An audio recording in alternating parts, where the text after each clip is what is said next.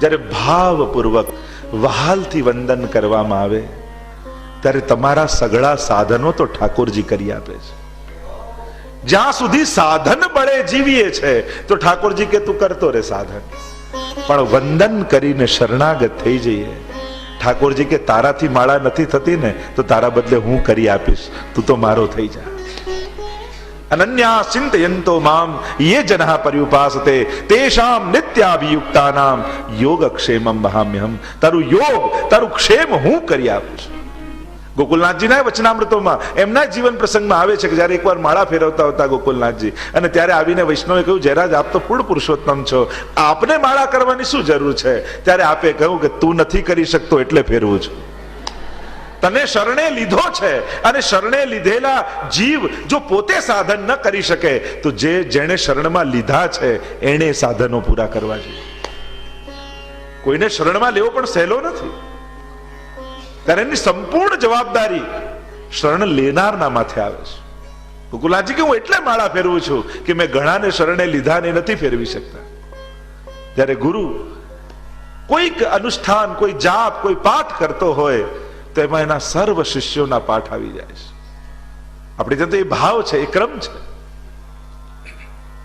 તો શ્રી વલ્લભ પદ વંદો સદા, એવા પદને સદાય વંદન કરું છું. એ ચરણારવિંદની વંદના આપણે તે 4 પ્રકારે કરીએ છીએ. ચરણારવિંદની વંદના ચરણ સ્પર્શ થકી થાય, કૃપા ચરણની. ચરણ રજ દ્વારા પ્રાપ્તિ કહેવામાં આવી. ચિંતા સંતાન હંતારો યત પાદાંબુજ રેણવ સ્વીયાનામ તાન નિજાચાર્યાન પ્રણમામી મુહુર મુહુર. જે મંગલાચરણમાં આપણે કહીએ છીએ, અને એમાં કહ્યું સ્પર્શ તો સૌભાગ્યથી મળે. શ્રી વલ્લભનો સ્પર્શ મળવો એ કોઈ સાધારણ છે? અમને તો કેવલ વલ્લભના ચરણની રજ મળી જાય ને તોય અમારા માટે તો ઘણું છે. કારણ કે તર તીર્થ સકલ સનાથ કીધા ચરણ રેણુ સમાજ. ગોપાલદાસજી પણ કહ્યું ને કે મહાપ્રભુજી સકલ તીર્થોમાં પધારે છે તો આપને કયા તીર્થો કરવાની જરૂર છે? સકલ તીર્થો તો આપનામાં બિરાજમાન છે.